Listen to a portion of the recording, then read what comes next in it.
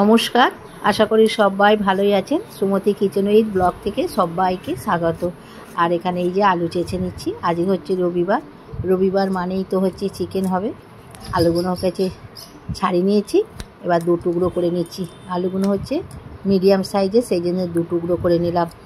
আর আজকে রবিবারে হচ্ছে চিকেনটাকে রান্না করব একটু অন্য রকমভাবে, গন্ধরাজ লেবু দিয়ে চিকেনটাকে বানাবো। আর এই যে এখানে হচ্ছে মুরগির মাংস নিয়েছি, মাংসগুলোকে পরিষ্কার করে হচ্ছে ধুয়ে নিয়েছি। আজকে আর কোনো মশলা মাখি রাখবো না, একটু মশলা করে নিচ্ছি। আর এই মিক্সার বাটিতে প্রথমে আদা বেটে রেখে দিয়েছি, ফ্রিজে হচ্ছে আদা বেটে রেখে দিই। আদাটা বাটা হয়ে গেছে। এখানে হচ্ছে গোটা ধনে, গোটা জিরে, আদা, রসুন আর 8টা হচ্ছে শুকনো লঙ্কা নিলাম, একসঙ্গে হচ্ছে বেটে নেবো। আজকে বাটা মশলা দিয়েই করব। কড়াতে তেল দিয়েছি আর আলুগুলোকে পরিষ্কার করে ধুয়ে নিয়েছি। আলুটাকে একটু তেলের মধ্যে ভেজে নেব। তেলের মধ্যে ভাজলে আলুটা খেতে কিন্তু খুবই ভালো হয়। মাংসের আলুগুলো একটু হলুদ দিলাম, হলুদটা দিয়ে একটু লাল করে হচ্ছে ভেজে নেব।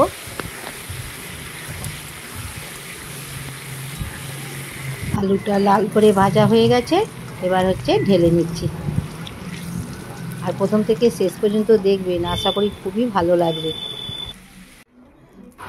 আলু ভেজে ঢেলে নিয়েছি।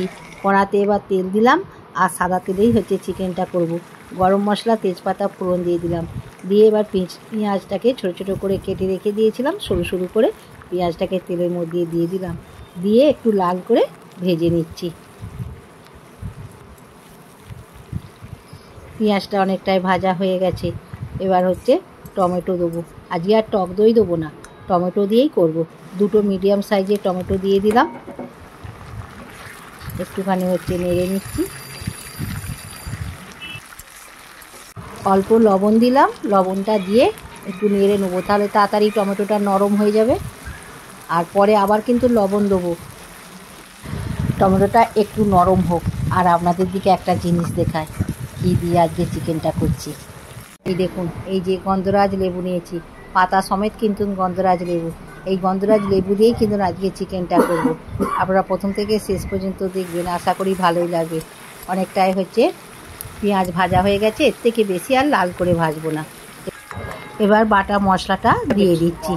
মিক্সার বাটিতে বেটে রেখেছিলাম গোটা ধনে, জিরে, আদা, রসুন আর গোটা লঙ্কা। আজকে আর গুঁড়ো লঙ্কাটা দিলাম না, যেহেতু মশলাটা বাড়ছে আদা রসুন, সেই জন্য লঙ্কাটাও একটু বেটে নিলাম একসঙ্গে নিয়ে। এবার মশলাটাকে ভালো করে কষে নিচ্ছি। দিয়ে দিলাম একটুখানি মশলার বাটি ধোয়া জলটা দিলাম, অল্প হলুদ দিলাম, দিয়ে ভালো করে এবার কষে নেব। খুব সুন্দর একটু আদা রসুনের গন্ধটা ছাড়ছে। প্রতি রবিবারই তো চিকেন হয়, সেই জন্য একটু নানা রকমভাবে ঘুরিয়ে ফিরিয়ে চিকেনটাকে রান্না করি। এবার একটু কাশ্মীরি লঙ্কার গুঁড়ো দিয়ে দিলাম, একটু রঙের জন্য দিলাম। এটাতে কিন্তু ঝাল হবে না, একটু রং হবে। আর আমাদের সামনে এই যে মন্দির, ঘন্টা বাজছে, শুনতেই পাচ্ছেন। মশলাটা ভালোভাবে কষা হয়ে গেছে, তেল ছেড়ে দিয়েছে। এবার চিকেনটাকে দিয়ে দিচ্ছি। চিকেনটাকে দিয়ে ভালো করে একটু কষে নেব। আর মিডিয়াম আছে একটু কষবো, তাহলে কষাটা খুব ভালো হবে। চিকেন দিয়ে একটু জলও ছাড়বে, ভালোভাবেই কষা হয়ে যাবে। এই দেখুন কতটা সুন্দরভাবে কষা হয়েছে, দেখুন খুব সুন্দর কিন্তু দেখতে লাগছে। এবার একটুখানি হচ্ছে লবণ দিয়ে দেবো।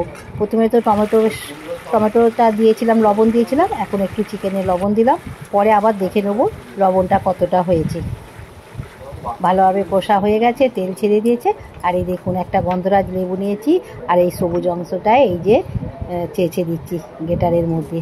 সবুজটাই দিতে হবে, কিন্তু সাদা অংশটা দিলে তেতো হয়ে যাবে, সেই জন্য সবুজটাকে ঘষে দিয়ে দিচ্ছি। আর যে সকল নতুন বন্ধুরা আমার চ্যানেলে প্রথম, অবশ্যই কিন্তু চ্যানেলটিকে সাবস্ক্রাইব করবেন, আর পাশের বেল বাটনটি অন করবেন, সবার সঙ্গে শেয়ার করবেন, লাইক করবেন, আর কমেন্ট করে কিন্তু অবশ্যই জানাবেন আজকের আমার এই গন্ধরাজ চিকেন কেমন হয়েছে। আশা করি খুবই ভালো লাগবে। আর আপনারা যদি কমেন্ট করে জানান, আমারও খুব ভালো লাগবে। এখন ঘষে দিলাম, লেবুটা ঘষা হয়ে গেছে। আর এই যে একটুখানি জল দিয়ে ধুয়ে দিলাম, আর একটা লেবুর পাতা দিয়ে দিলাম, দিয়ে আর একটুখানি হচ্ছে নেড়ে নেবো, নিয়ে জল ঢেলে দেবো। আর আলুটা দিয়ে আগে কষে নেবো, তারপরে জলটা ঢেলে দেবো। এই দেখুন কষে নিয়েছি। এবার আলুটা দিয়ে দিলাম, ভাজা আলুটা। ভাজা আলুটা দিয়ে একটু কষে নিচ্ছি। আজকে আর ধনের জিরে গুঁড়ো দিলাম না, অনেকটাই মশলা হয়ে যাবে। ভালোভাবে কষা হয়ে গেছে, একটু জল দিলাম। আজকে হচ্ছে কুকারেই মাংসটা করব। কুকারে মাংস করলে খেতে কিন্তু দারুণ হয়, আর দেখতেও খুব সুন্দর লাগে। কড়াতে রান্না করলে তেলটা অনেকটাই উড়ে যায়, আর কুকারে যদি করা হয় মাংসটাকে অনেকটাই হচ্ছে তেল থেকে যায়। এই দেখুন জল ঢেলে দিলাম পরিমাণ মতন, খুব বেশি জল দেবো না, সিটি ওঠার সময় কিন্তু আবার ঝোল ওপরে উঠে যাবে। একটু লবণ কম হয়েছিল, লবণ দিয়ে দিলাম, দিয়ে ঢাকাটা বন্ধ করে দিলাম। 2টো সিটি দিয়ে নামিয়ে নিয়েছিলাম, ঠান্ডা হয়ে গেছে, খুলেছি, দেখুন কত সুন্দর দেখতে লাগছে, দারুণ কালার হয়েছে, পুরো খাসির মাংসের মতন। আর গন্ধটা কিন্তু দুর্দান্ত হয়েছে, গন্ধটা দারুণ ছাড়ছে কিন্তু। এই জায়গাটার মধ্যে এবার ঢেলে নিচ্ছি, জায়গাটার মধ্যে ঢেলে নিয়েছি। আশা করি নতুন পুরাতন বন্ধুরা আপনারা নিশ্চয়ই প্রথম থেকে শেষ পর্যন্ত দেখেছেন। আবার কোনো একটা নতুন রেসিপি নিয়ে দেখাবে, ততক্ষণ কিন্তু সুস্থ থাকবেন, ভালো থাকবেন, আর অবশ্যই আমার পাশে থাকবেন। নমস্কার।